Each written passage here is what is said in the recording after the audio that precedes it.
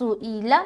देखिए बाज़ औक़ात लोग ना पेश को ना मजहूल पढ़ते हैं, जैसे कि यहाँ पर बाज़ लोग पढ़ेंगे सोएला, क्या पढ़ेंगे सोएला, तो क्या उसने गलती किया कि पेश को भी मजहूल पढ़ा और ज़ेर को भी मजहूल पढ़ा।